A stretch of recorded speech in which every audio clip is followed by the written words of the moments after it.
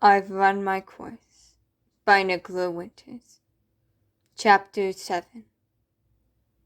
As I followed Victor through the halls, I could hear people talking about him and the accident that apparently happened. While passing a few people, I heard that I died in a car accident and started feeling my head throb again. Yet it felt more painful. During his first period, I decided to try to fold my wings under the hoodie, with it being a success. His first class wasn't shutting up about it, people were blaming him for my death that day. Victor didn't look like he was doing too well and ran into Lydo.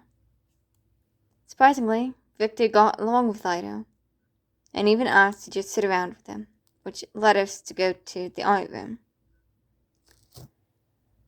I never thought I would see the day when the two of them would get along. Victor sat there, trying to draw, yet couldn't find a way to pick up his pen and draw, so I reached over, assuming that I wouldn't be able to grab it, and just wanted to roll it off the table. When I touched the pen, I found I could grab it, and expected the ink not to show up on his notebook, where I was proven wrong again. The drawings shown on the page in dark, inky lines. After a while, I decided to place the pen back down and sat there leaning over Victor's shoulder. After about an hour, I started wandering around the classroom, looking at everyone's pages before directing my attention to a video being played on the front of the classroom, making everything hurt and fade to black. When I opened my eyes, I could feel being stuck against a wall by a car that had a guy and two kids in it.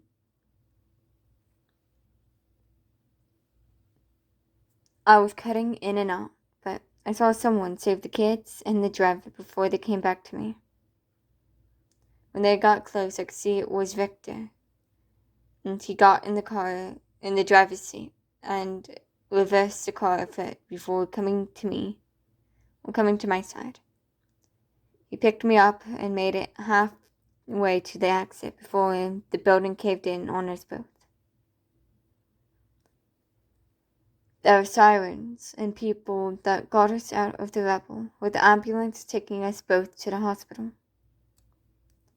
Victor had to be in the same one because he wouldn't let go till we got to the hospital. The last thing I saw was Victor. What I felt was his arms, holding me close as everything went to black, with the sound of a heart monitor hitting 0 beats per minute. After a moment, everything faded back to the art classroom as they listened to the news while they drew. The people in the classroom had the story wrong about who was to blame. Victor saved me, and the EMS workers did all they could to save me. It was not his fault that I'm dead, and there is nothing I can do now. All I could do is watch over him. I took a seat near him as the rest of the day passed. I've Run My Course. Chapter 8. The day ended smoothly as I walked out with Lydo.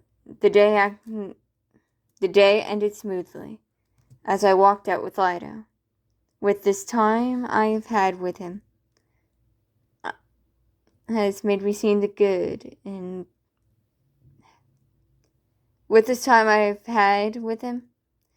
it made me see the good Gabriel saw in him.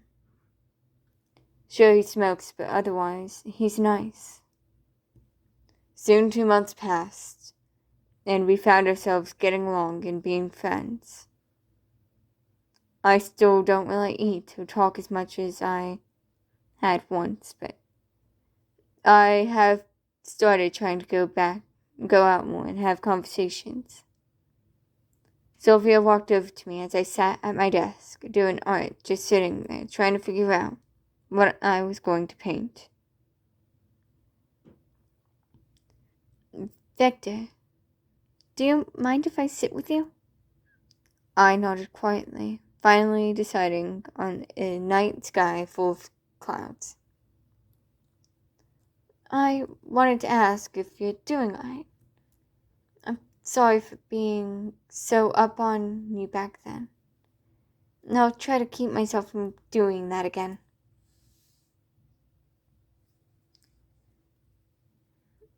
I'll be alright, I said, while making a sketch, trying not to put my pencil down. Each time I put my pencil down or pen down, I'd find a random sketch or find it moving while hovering over a page before it starts drawing. It will be alright. She reached into a bag she carried and pulled out an envelope before handing it to me. I also wanted to give you this. She stuttered, embarrassed. I'll see you later. Out of confusion, I opened the envelope, pulling out a sloppily folded note. I unfolded it and read it, not fully able to fully understand what she was asking, but it looked like a love letter. I folded the note back up and went to look for my pencil to find it doing flips, and there was a detailed sketch of a bird flying across the sky, across the clouds. The pencil soon went back to its resting position on the table, letting me take it back in my hand and make small corrections to it. Soon the day ended with me thinking only about the letter. And when I went to hang out with Lydo, I showed him it. I see Gabriel was right about Sylvia liking you like that. What do you think about her? How do you feel about her? He asked, confusing me about Gabriel. When did you guys talk about that? I asked quietly, wanting to answer, but knowing I just liked talking about memories with Gabriel. Well, I talk to him sometimes, he said, before realizing how crazy he sounds. I know I sound crazy, but when I say that, but I can explain. Please do, I said. Well, you know how Gabriel did studies on soul guardians? I nodded, confused with what that has to do with this. I have reason to believe that he's your soul guardian. I can see him standing next to you sometimes, and I see how you keep your pencil under your arm on the desk, like something would happen if you didn't. Have you been seeing your pencils fly around and move all on their own? Have they been writing and drawing unprompted? Yeah, they do, but I just think I'm crazy and there's no one there, I said before seeing my notebook float in the air and a pen flying up to it.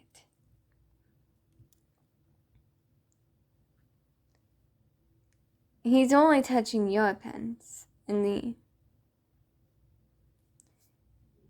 He's only been touching your pens. The only warning light, if he's in it, you can see a translucent figure in a guardian, and guardians can only touch and mess with things the person they're guarding touches. Do you feel hugs or him leaning on you? Well, yeah, but it doesn't really make sense. The notebook got placed in front of me, with Gabriel's handwriting saying, I guess you caught me. I am your guardian, Gabriel Valvena, and I think you should get your girl. See, I can see guardians for some odd reason, but Gabriel never left your side. He doesn't blame you for what happened that day, Lydo said, looking towards the floating pen. I could feel tears crawling down my face, and a warm presence hugging me. We sat there together for a while before I felt the presence not wrapping around me anymore. So, Gabriel, normally guardians have wings, yet you don't seem to have any. Do some not have any? The notebook seemed to go up to the pen, and then found a place on the table after a while. It read, I have them hidden. They get in a way a good amount of the time. There was a picture drawn next to it that had a picture of white wings that faded to silver, and on each wing near the edge there was one feather that was half black, half white. That looks pretty, Gabriel. Maybe you can try having them out for a while, he said quietly. I still feel crazy, but it's a bit reassuring knowing that I am not the only one seeing my pens and pencils doing this. Even if it is true, it will be one of my little secrets. Lydo had a small laugh. He sat around talking for an hour or two till Sylvia came around, and when she saw us, she came to us. Lydo had to use the restroom and left me with Sylvia, with nothing left for me to do but tell her my feelings and ask her out.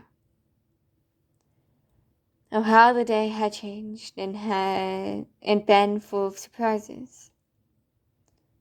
But I can't back out now, for I've a promise left to keep. I've run my course. Chapter 9. When Sylvia came up to us, Lydo had to use the restroom, and I followed him to give Victor some space, but still kept a close eye on him. I had been spending my days doing small things I used to do when I was alive. I wanted to mess with him, like moving his glass 1 inch to the left or right, or taking his pen and pencil and making small sketches till he noticed. I let my wings out from under my hoodie, having them lay where Lydo could see them. Victor at least has gotten to see me when I get to see what I see in Lydo, and became friends with him. After 30 minutes, Victor came working for Lydo and seemed sort of happy. Definitely happier than he was since the accident. Lydo, you were right about her liking me like that. Because of you, I get to date her and call her mine. I started laughing a bit, with Lydo trying to elbow me to stop laughing, but he seemed to forget that I can touch them, yet they can't exactly touch me. You actually have Gabriel to thank. He told me about how she acted especially towards you, and how you guys hang out and acted differently towards each other than you did with others, Lydo said with a smile. Right. I forgot you both talk to each other, he said, before getting tackled by Sylvia. Lydo. Well, Lydo and I started laughing without much control of it. I see that was a big hint of her feelings. I nodded to watching them. I nodded, watching them before I stopped floating next to Lydo and rested on the floor before hugging him. He seemed to shiver like the first time I hugged Victor before the contract. I guess I'm cold to everyone except for Victor since I signed a contract to be Victor's guardian. I'm so happy that we get to do this. I will always be there for you, and when you're ready to talk about the accident, I'm here for you, she said, hugging Victor. Well, he got a bit of a dark demeanor to the mention of the accident. And I guess Lydo felt it because he placed his hand where mine rested, even if he couldn't see or feel it there, other than the feeling and temperature. Lydo didn't even like talking about it either. Sorry, Sylvia, but that is still a sore topic, Lydo said quietly. We just can't talk about it yet, he said, looking like he was about to cry and like he was watching it happen again, and he was experiencing it. I can't even think about it without seeing everything over again, after I saw the news and got the memories back. I fell to the ground and sat there for a moment, feeling like everything was in a balance, and the bell was rung. My ears were ringing for a while, and the moment Sylvia looked away, I could feel Lydo's eyes on me. After everything calmed down a bit, I looked up at him, and he mouthed the words, "I'm sorry," before Sylvia came back to us. We spent another hour together at the park before we parted for the night. Victor went and got a shower with a piece of food. After he ate, he went to his bed and fell asleep. No matter how little that was, it was progress. He was getting better day by day, and that was all I could ask for. I preened my feathers before I decided to rest. I took my place beside Victor, sat a while and thought about everything and fell asleep. Sure, I may not be alive, but this is the most perfect outcome I could ask for. Epilog. It's been a few years since I died, and everyone is doing well. Victor has 2 little girls, who I also guard, and he got married to the girl of his dreams. He still has dark days where he feels guilty about the accident, but those became less often. He still talks to Elijah and is still friends with Lydo. I sometimes help Victor with the elf on the shelf during Christmas time, and the girls think he has powers. The girls love seeing Lydo, and he tells them stories about guardians of souls, of who he was, and about me. I still talk to him each time I see him, and find that I still love him. He never tried to get a partner, but it's only because he still has access to me, or so he says. Victor's parents became great-grandparents, and adored Lydo, even claiming him as one of their kids, just as they did for me back then. To a good amount of people, they wouldn't be able to see a perfect family, especially after the accident. But I think it's perfect. I wouldn't want this to be any other way.